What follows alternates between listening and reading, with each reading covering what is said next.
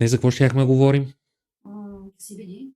А, Абе, знаеш ли кой е писал статии за CBD? кой? Мъжа на Дара. Брей, това видео може да му хареса.